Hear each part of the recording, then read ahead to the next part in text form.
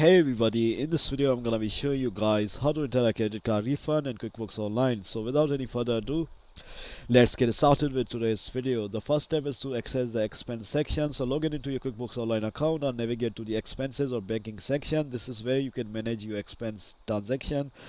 The following step is to create a new expense transaction. So click on the option to create a new expense transaction, enter the necessary details for the refund transaction. The third step is to select the vendor and payment account. So choose the vendor associated with the refund from the drop down list. Ensure that the vendor's name is accurate and matches the refund source. Select the appropriate payment method such as your credit card account from which the refund is issued. The fourth step is to enter the refund amount and date. So enter the refund amount in the appropriate field. Ensure that it's the negative value to reflect a refund or credit. Specify the date of the refund transaction, which is typically the date on which the refund is issued.